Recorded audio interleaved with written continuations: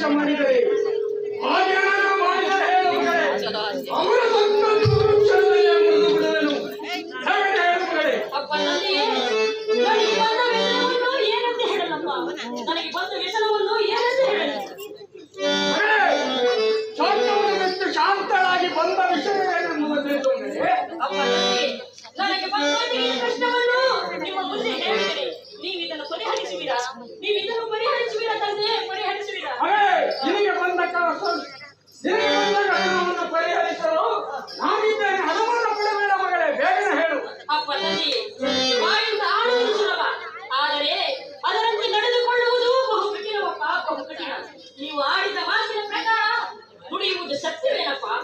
ಮಗಳೇ, ನೀನು ನನ್ನ ಮಗಳು, ನಿನಗೆ ಬಂದ ವ್ಯಸನವನ್ನು ನಾನು ಪರಿಹರಿಸದಿದ್ದರೆ ನಾನು ಇಲ್ಲಿಯವರೆಗೂ ಮಾಡಿದ ತಪಸ್ಸಿನ ಫಲವೆಲ್ಲ ನಾಶವಾಗಿ ಹೋಗಿರುತ್ತದೆ.